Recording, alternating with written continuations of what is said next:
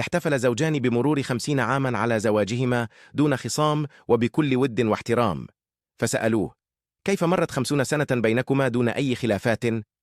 قال الزوج: في أول أيام شهر العسل خرجنا، وركب كل منا حصانه للتنزه، لكن الحصان أسقط زوجتي المسكينة على الأرض. قامت زوجتي ومسحت على رأس الحصان، وقالت له: لقد أوقعتني، وهذه المرة الأولى، وفي النزهة الثانية أسقطها أيضا، ومسحت على رأسه وقالت: هذه المرة الثانية، لا تنسى تشترك في القناة وتصلي على النبي. وفي النزهة الثالثة أسقطها، فقامت زوجتي بكل هدوء وفتحت حقيبتها، وأخرجت مسدسا وأطلقت النار على رأس الحصان وقتلته، فصرخت فيها وقلت لها: ماذا فعلت يا مجنونة يا مريضة؟ لماذا قتلت الحصان؟ فاقتربت مني ومسحت على رأسي بكل هدوء، وقالت لي: أنت شتمتني، وهذه المرة الأولى. ومن يومها ونحن نعيش في محبة وسلام وسعادة وهدوء تام.